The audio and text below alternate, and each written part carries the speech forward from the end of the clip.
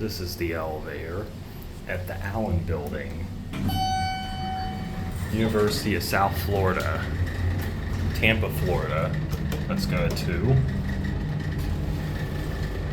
This was probably originally installed in the 60s and then modernized.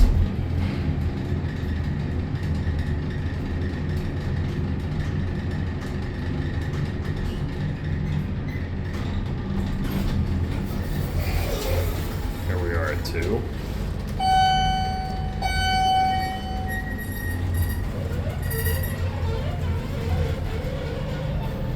There's a chance this might be getting modernized later,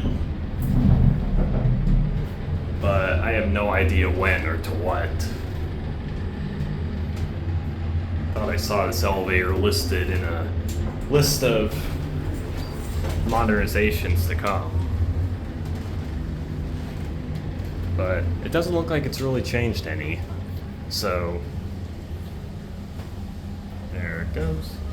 Also, real quick, there's an old elevator key up here. But anyway, that'll be it.